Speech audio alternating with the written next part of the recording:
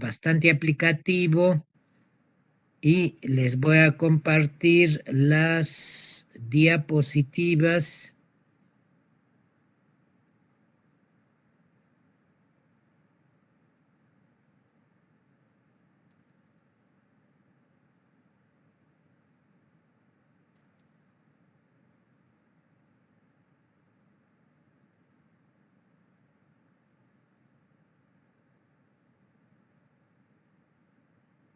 Ya. Aló, ¿están viendo las diapositivas? Sí. Ingeniero. Ya, listo, listo. Porque la sección B que acabo de editar, he tenido bastante problema en compartir estas diapositivas. Creo que está mal configurado este Power, pero ya, cualquier irregularidad en el audio, en las diapositivas, me comunican, ya, porque yo puedo estar habla y de repente hay cualquier interrupción, entonces me comunica, ¿ya? Bien, entonces ya estamos un poco atrasados y vamos a dar inicio a este curso que es del sexto semestre, ¿no? Entonces, la mecánica de rocas es una ciencia que trata de responder a las siguientes preguntas, ¿no? Primero, el comportamiento de la roca y del macizo. Vamos a ver en la siguiente clase que hay una diferencia entre lo que es roca y lo que es el macizo rocoso. Cuando ambos, tanto roca y macizo, están sometidos a una carga externa. Bien, toda participación a partir de ahora porque el curso va a ser en una primera parte así de exposición y luego la mayor parte del desarrollo del curso son ejercicios, ¿no? En esta primera parte voy a combinar lo que es la parte teórica y la parte práctica. Y en la parte práctica, las intervenciones de ustedes yo voy a ir calificando, ¿ya? Entonces, antes de dar el primer examen, entonces vamos a hacer un cómputo general. ¿Qué alumnos han participado para, de acuerdo a eso, tengan un puntaje adicional, ¿no? Bien, entonces me gusta que el alumno participe, pregunte, ¿no? Porque yo no voy a estar hora y media aquí hablando y de repente ustedes están ni siquiera presentes en el aula, van a estar solo aquí, claro, va a estar ahí presente la imagen, pero de repente ustedes no van a estar presentes en clase, ¿no? Y también no todo lo que está en la diapositiva es lo que va a venir al examen, sino también lo que ustedes preguntan, yo les voy aclarando, parte de eso va a ir en en las preguntas, ¿no? Sí. Bien, entonces, este curso de mecánica tiene que ver primero con el comportamiento de la roca y del macizo sometidas a cargas externas. Carga externa, por ejemplo, la resistencia, la deformación, debido a una tensión. Otro aspecto que va a contemplar esta asignatura es el comportamiento y calidad de la roca para su uso como material de construcción, ¿no? Como material de construcción. Entonces, aquí en el curso de mecánica vamos a ver qué tipo de rocas son óptimas para que se les utilice como material de construcción. No todas las rocas van a ser como material de construcción, no todas, ¿no? No todas. Algunas van a ser óptimas para ciertas construcciones y otras van a ser desfavorables, ¿no? Después, un tercer aspecto que contempla la asignatura es el cálculo de las acciones que la roca ejerce sobre una estructura. Por ejemplo, sobre un muro de contención, una pantalla, cuando esta roca está formando parte de un túnel, ¿no? Y también en el análisis de la estabilidad de taludes, ¿no? Entonces, estos taludes, ¿a qué se denomina, por ejemplo, talud?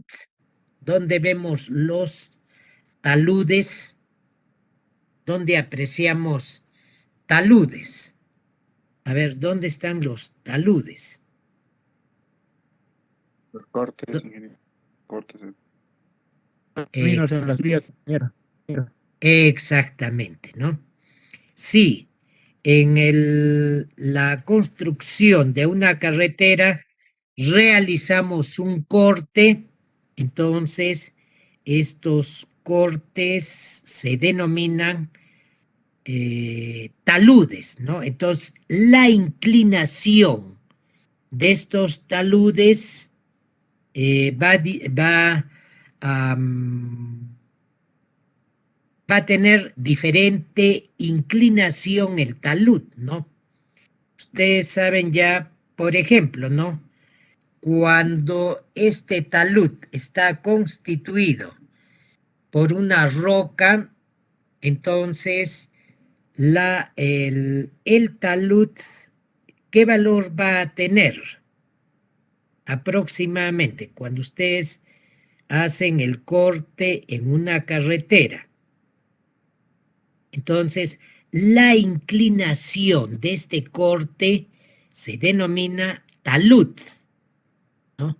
Entonces, si es que ahora este material es de una roca bastante competente, lógicamente aquí inclusive a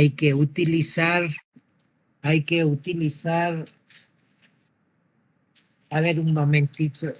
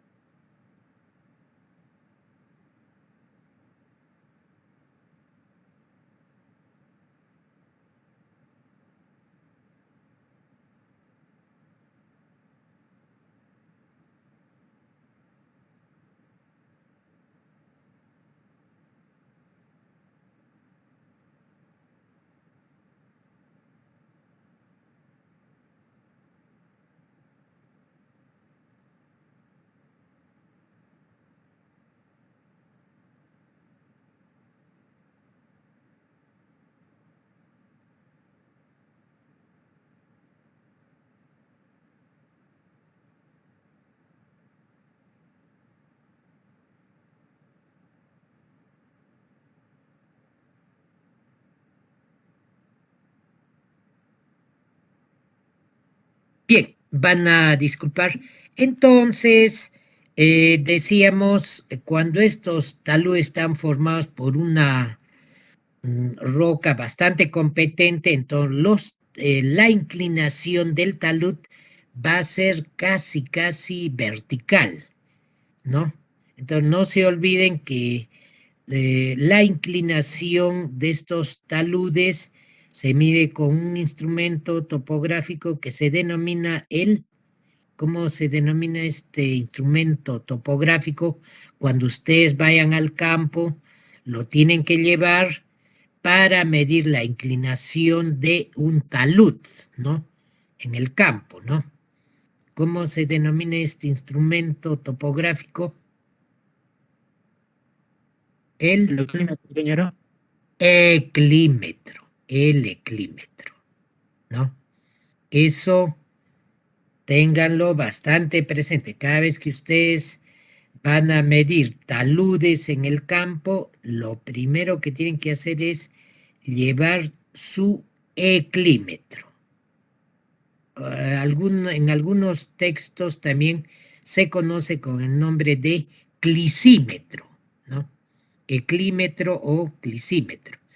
Y en el caso, por ejemplo, de un talud que sea de una roca bastante competente, ¿qué valor debe tener este talud en rocas? ¿Cómo se denomina, cómo lo mencionamos este talud? Por ejemplo, para una roca. ¿Cómo se denomina para rocas es 0.25 en 1. ¿Ya? 0.25 en 1. 0.20 en 1. Quiere decir que por cada 20 o 25 centímetros en la horizontal, levantamos 1 metro en la vertical. ¿Ya? Levantamos 1 metro en la vertical. Ese es 0.25 en 1. Si el tipo de material de este talud es una grava, una arena, o sea que es un estrato poco competente, entonces, ¿qué puede producir el volteo de este talud? Entonces, el talud tiene que estar bien inclinado. Entonces, ahí el talud va a tener un valor de, por ejemplo, un 2 en 1, un 3 en 1, ¿no? Entonces, eso quiere decir un 2 en 1, quiere decir 2 metros en la horizontal y 1 en la vertical. Si ustedes representan este triángulo rectángulo, van a ver que es un talud bastante, o sea, de poca pendiente, ¿no? Poca pendiente. ¿Por qué? Porque el suelo no es, pues, no podemos darnos el lujo de darle un talud casi vertical, ¿no? ¿Por qué? Porque el suelo no es un estrato competente, ¿no? Al contrario, con una lluvia, con esto, fácilmente este talud se va a desestabilizar. Por eso, generalmente, cuando estos taludes son de gravas, limos, arcillas, entonces hay que inclusive hay que protegerlos, ¿no? Con capas de concreto. ¿Por qué? Porque este talud fácilmente se puede voltear, puede ceder ante, por ejemplo, una precipitación, ¿no? Entonces, en estos taludes hay que colocar en la parte superior zanjas de coronación. zanjas de coronación. Bien, entonces la primera parte es sobre qué cosa es la mecánica de rocas. Viene a ser una rama de la ingeniería geológica, de la geotecnia y la ingeniería civil, ¿no? Que comprende la descripción en términos en términos ingenieriles de los diferentes tipos de rocas, ¿no? O sea, y estas rocas ya aplicadas a una obra civil, por ejemplo, en un puente, en un túnel, en una presa, en un proyecto de irrigación, ¿no? También la mecánica de rocas es el tema relacionado con la respuesta de los diferentes tipos de roca a una perturbación aplicada por procesos naturales o de ingeniería. Por ejemplo, cuando vamos a perturbar, el término de perturbar es fatigar, es molestar, ¿no? Cuando vamos a perturbar una roca. Por ejemplo, cuando se dé la ocurrencia, cuando esta roca está sometida a una onda sísmica, ¿no? Entonces, ahí, al perturbarse esta roca, va a tener diferentes reacciones desde el punto de vista de la ingeniería, ¿no? Entonces, esta disciplina tiene varias aplicaciones, por ejemplo, en ingeniería civil, en minería, en geología, etcétera, etcétera. ¿Ya? Bien, entonces, de acuerdo a la geología, sabemos de que la Tierra está compuesta por una capa externa a manera de la cáscara de una naranja, ¿no? Si tenemos una naranja, entonces la costra de esta naranja, la cáscara de esta naranja nos representaría la corteza, ¿no? La corteza, que puede ser oceánica o puede ser continental. La corteza oceánica, o sea, esta cáscara, cuando se ubica en el océano, puede tener un grosor entre 6 a 12 kilómetros.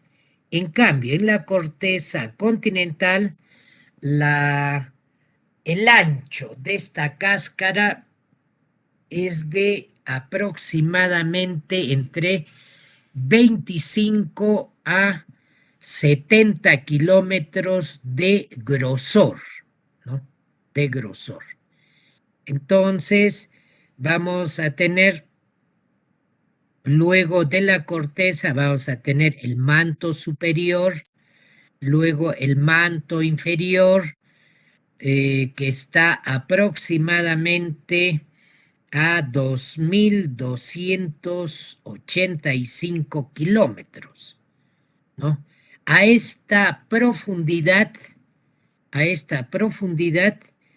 va a empezar el núcleo y vamos a tener un núcleo externo y un núcleo interno.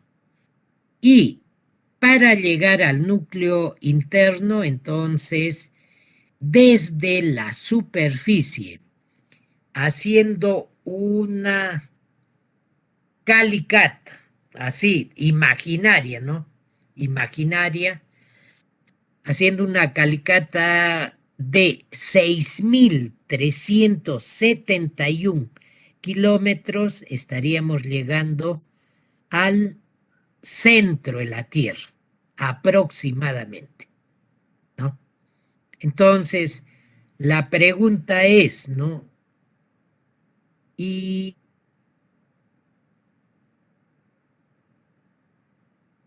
¿cómo ha podido establecer que en el interior de la Tierra hay una corteza, luego viene el manto superior, manto inferior, núcleo externo, núcleo interno?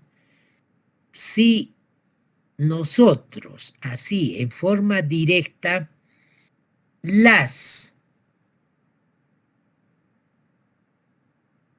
calicatas, así, en forma directa que ha realizado el hombre, escasamente van hasta los 12, 13 kilómetros de profundidad.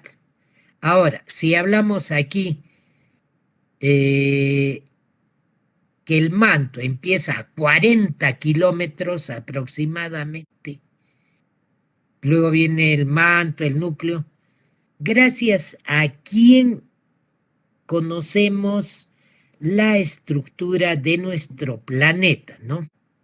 ¿Gracias a qué? A ver, la primera pregunta. Este es para 31 de marzo, la sección A de mecánica de rocas. Gracias a qué podemos conocer ahora que la Tierra tiene una corteza, luego tiene un manto, luego tiene un núcleo. Gracias a qué.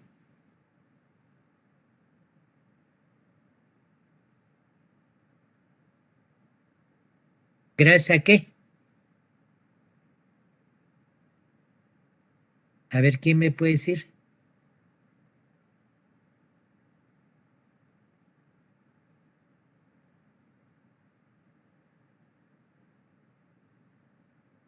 A ver, el alumno Joel Chuquija.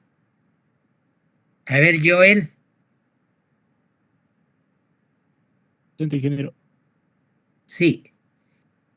¿Por qué nosotros podemos ver en la Tierra que hay una corteza, un manto y luego un núcleo? ¿Por qué? Si nosotros nunca, nadie ha podido llegar al centro de la Tierra, ¿no? ¿Por qué? Porque en primer lugar tienen que pensar que en el centro de la Tierra las temperaturas están arriba de los 1200, 1300 grados centígrados, ¿no? Ya esas temperaturas, ningún material de la Tierra puede estar así como sólido, ¿no? Nada, o sea, ningún mineral, ninguna roca, nada, ningún suelo puede estar así como sólido, ¿no? Entonces la pregunta es, ¿y cómo sabemos que hay un núcleo, hay un manto? A ver, Joel, ¿qué dices?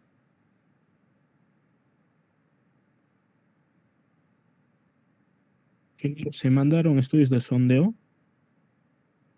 Sondeo. ¿Qué tipo de sondeos?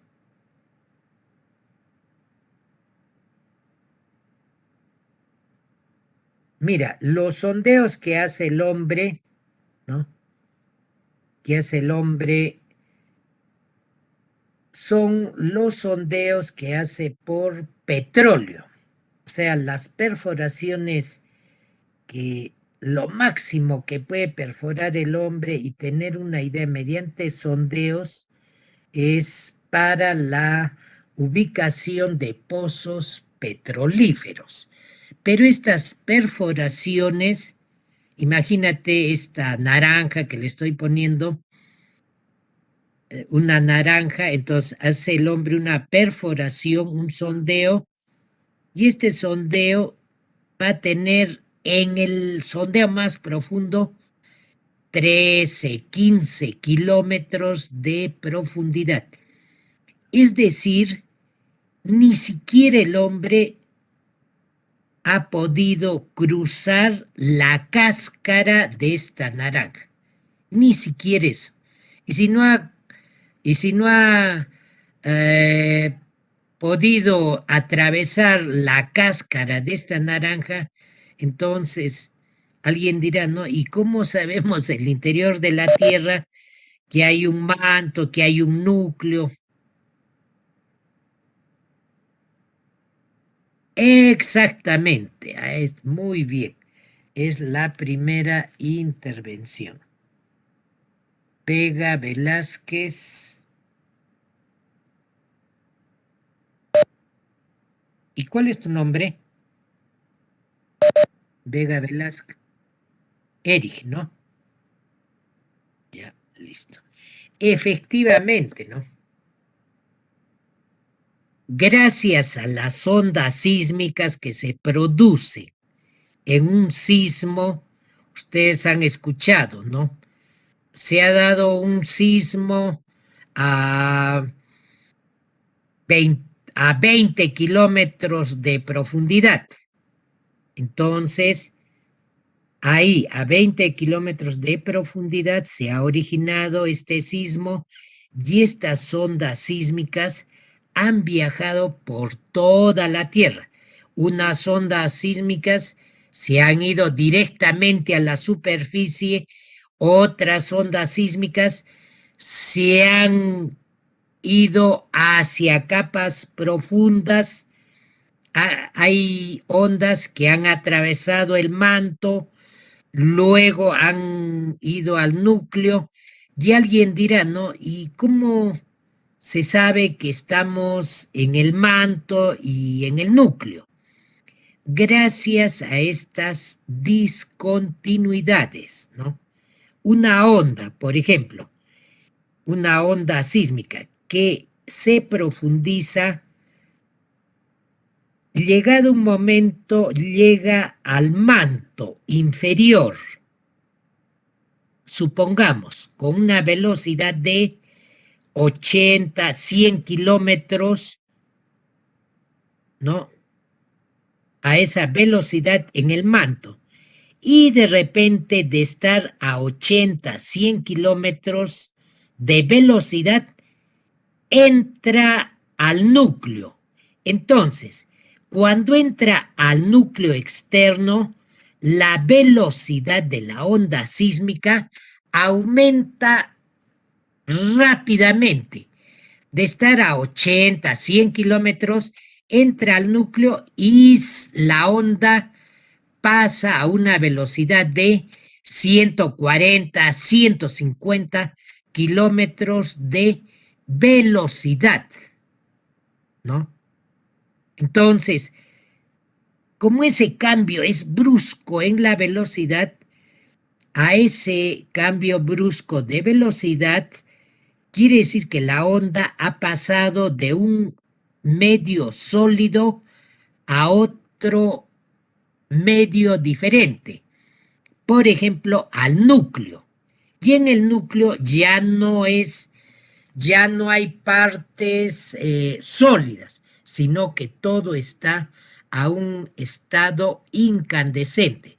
Es un fluido, ¿no? Entonces, por ese cambio de velocidad rápida de la onda, entonces decimos que ahí hay una discontinuidad de Gutenberg, separando el manto inferior del núcleo externo. Ahora, hay otra discontinuidad, o sea, cuando la onda aumenta o baja de velocidad, otra discontinuidad se da entre el núcleo externo y el núcleo interno. ¿Ya? Entonces, gracias a estas ondas sísmicas es que conocemos el interior de la Tierra. Nunca se olviden, no van a pensar que el hombre ha hecho una perforación desde la corteza y se ha ido al centro de la Tierra. Eso sería imposible. ¿Por qué? Por las altas temperaturas. ¿Qué material podría aguantar 1200, 1500 grados de temperatura? Ninguno. Todo se hace todo se funde, ¿no? Pero las ondas sísmicas viajan a través de estos medios, ¿no? Fluidos, sólidos, etcétera, ¿no? Entonces, el lugar, por ejemplo, decimos, ¿no? Hoy día en la madrugada se ha dado la ocurrencia de un sismo en Lampa, por ejemplo, ¿no? A una profundidad, supongamos, de 50 kilómetros. 50 kilómetros. Entonces, vemos aquí en este esquema, y 50 kilómetros quiere decir que se ha producido en la corteza, aproximadamente. Si se da a 100 kilómetros de profundidad, quiere decir que se ha dado en el manto superior. ¿Ya? Manto superior. Y no se olviden, el lugar donde se origina la onda sísmica se denomina ¿cómo se denomina este punto donde se origina el sismo? Epicentro. Foco. Se denomina el... Epicentro. Epicentro, ingeniero. Foco. No. Se denomina ya lo dijeron, a ver, creo el alumno su casaca. Epicentro y también hay otro que es epocentro. Foco. No, Es el foco. se denomina precisamente el foco. ¿Quién dijo el foco? Maldonado López, ingeniero. Allá, Maldonado López.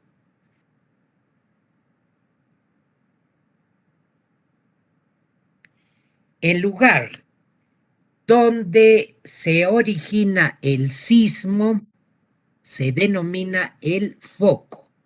Ahora, si de este foco, este punto que se denomina el foco, lo proyectamos hacia la superficie en sentido perpendicular, ¿no? Lo proyectamos hacia la superficie, vamos a tener un punto. A ese punto se le denomina ¿cómo se denomina ese punto? Epicentro. Epicentro. El epicentro. Epicentro, ¿quién dijo? El alumno. Anchapuri. Anchapuri Villalba, ¿no? Efectivamente. Correcto. Tienen que distinguir lo que es el foco y lo que es el epicentro. El epicentro viene a ser la proyección del foco hacia la superficie. Eso viene a ser el epicentro. Epicentro. El epicentro no es donde se da el sismo, no. Es la proyección del foco hacia la superficie. ¿Ya? Bien. Entonces, luego de ver esto, vamos a ver aquí lo siguiente, que sabemos que es una roca, ¿no? La roca es la unión de varios minerales en una misma masa. Entonces, y todo esto va a estar asociado a los diferentes tipos de rocas que van a tener diferentes orígenes y en conjunto van a formar el ciclo de las rocas. Y las rocas en términos generales se clasifican en rocas ígneas, sedimentarias de todas las rocas. Y como una roca está íntimamente ligado a un suelo, ¿no? Porque los suelos, cuando sufren alta consolidación, alta litificación, se van a convertir en rocas, ¿no? Entonces la pregunta es, ¿cuántos tipos de suelos? Bien, estábamos aquí viendo de que existen 3 grupos principales de rocas: ígneas, sedimentarias y metamórficas. Ahora, la pregunta es la siguiente: ¿cuántos tipos de suelos existen desde el punto de vista granulométrico? Granulométrico. Ustedes han llevado el curso de mecánica de suelos. 5. ¿Tres, Entonces, ingeniero? ¿Arena, arcilla y limo o Silla, limo. 5 ¿cuántos grupos, ingeniero. tipos? 5 grupos. tres, ingeniero? Es ingeniero. 3. ¿Seguro? Sí, ingeniero. Sí. Arena, arcilla y limo, ingeniero. Son 3 excelentes. Arenas, limos y arcillas. A ver, ¿quién están seguros? 5, ingeniero. Grava, Sí, ingeniero. arena, limo, arcilla y orgánico. No, solamente anoten en su cuaderno, ¿no?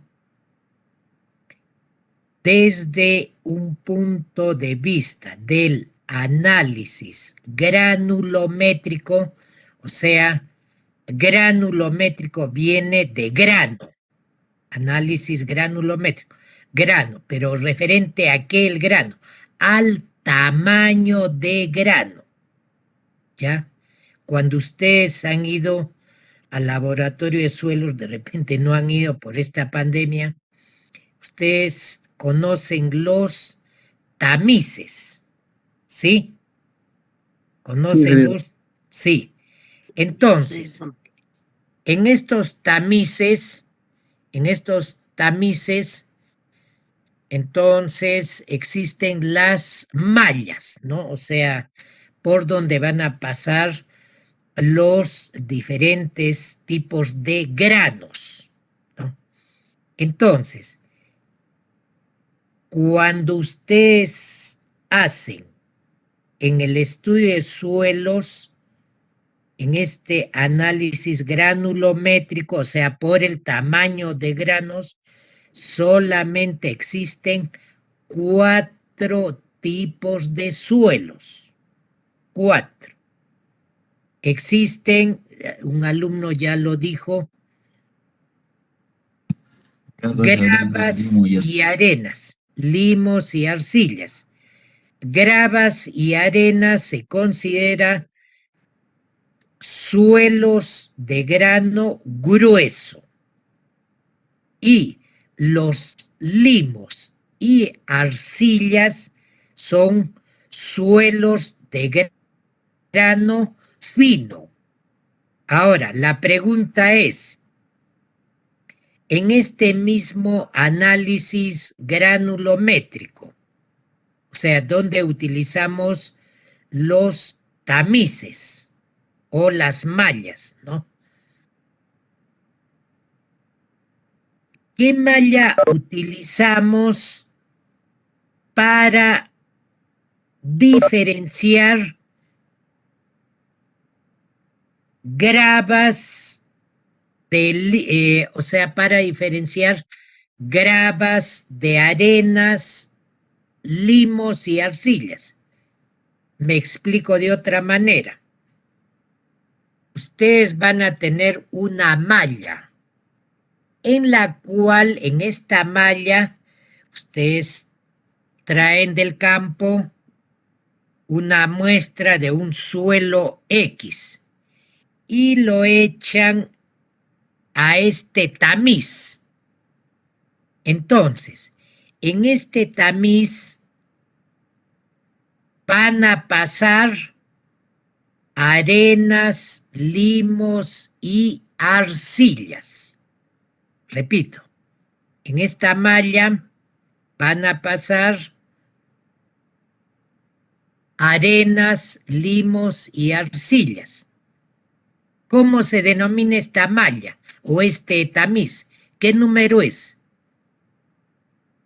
Es número 4, ingeniero. La 4. Muy bien, Joel. Voy a tomar nota. Tú eres Joel Chuquija Mainas, ¿no? Sí, ingeniero. Joel.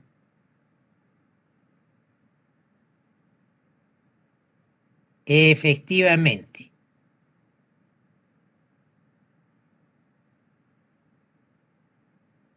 Efectivamente, la malla número 4, cuando ustedes se empleen en el laboratorio de suelos, la malla número 4, ¿quién va a pasar? Pasan las arenas, los limos y las arcillas. ¿Quién queda retenido? ¿Quién no pasa? La grava. Rocas. La grava.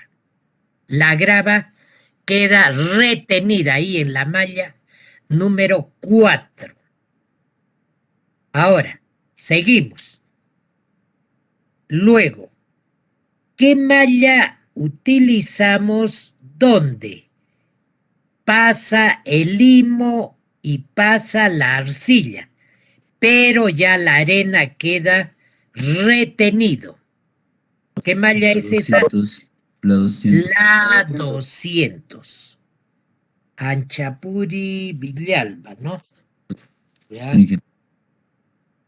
La malla 200. La malla, por la malla número 200 queda retenido las arenas y pasan limos y arcillas. Ahora la pregunta es, en un laboratorio de suelos, ¿cómo separamos limos de arcillas? Eso ya no es mediante un análisis granulométrico, ya no ya. ¿Por qué? Porque los limos y las arcillas, su tamaño de granos se ven al microscopio, ¿ya? O sea, ya no podemos utilizar una malla, a ver, para que pasen las arcillas y se queden los limos. No, eso ya no existe esa malla, sino que en el laboratorio de suelos ya tenemos que utilizar otra clase de pruebas para diferenciar limos y arcillas. ¿Cómo se denominan estas pruebas? ¿Cómo se denominan?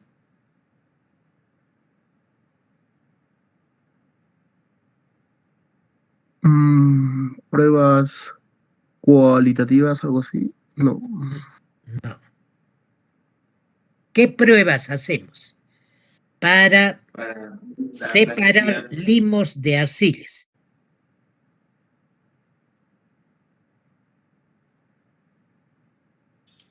¿Qué prueba?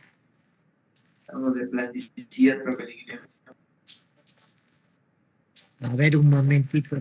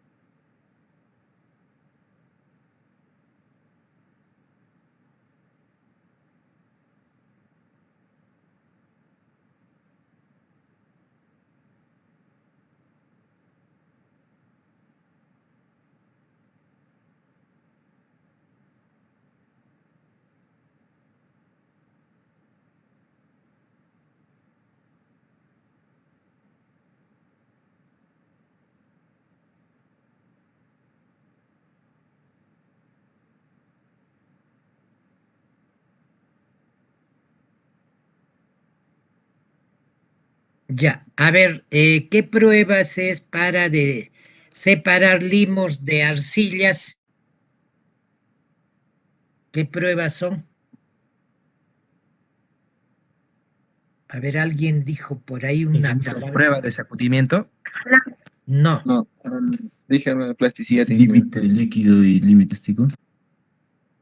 no, Método de la pipeta. no. La A carta ver. de plasticidad. Exactamente, ese es un método. ¿Quién dijo? No, pues ingeniero. Maldonado López. Sí, Ya. Tienen que utilizar la carta de plasticidad. Ahí en la carta de plasticidad, ustedes deben haberlo visto en el curso de mecánica de suelos, hay una línea, la línea A, ¿no? En esta línea A, hacia la parte superior de esta línea A, están las arcillas y por debajo están los limos. Esa es una prueba. Y la otra prueba que se hace en el laboratorio es la prueba del hidrómetro. La prueba del hidrómetro. ¿Ya? Eso anótenlo, ¿ya?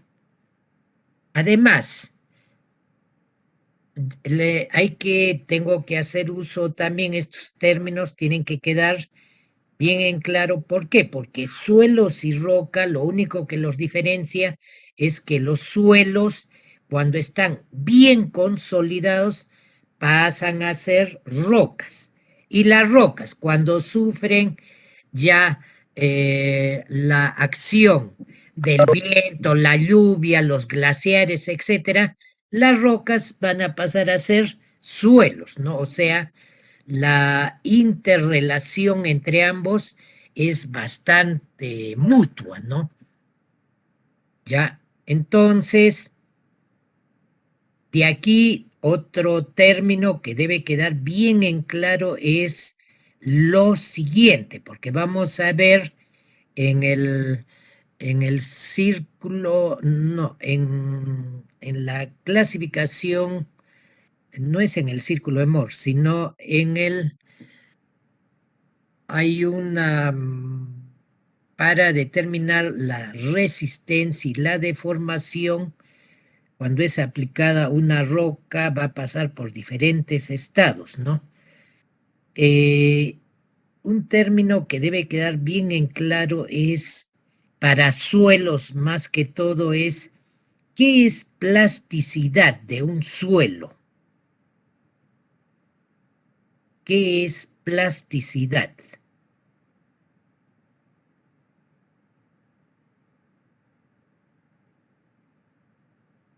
¿Qué es plasticidad? Son las propiedades que presentan algunos suelos, ingeniero. Pero, claro, es una propiedad que tienen los suelos. Pero ¿cómo es esta propiedad? ¿Qué pasa con el suelo? ¿Cuándo se dice que un suelo es plástico? ¿O tiene plasticidad? ¿O tiene plasticidad, no?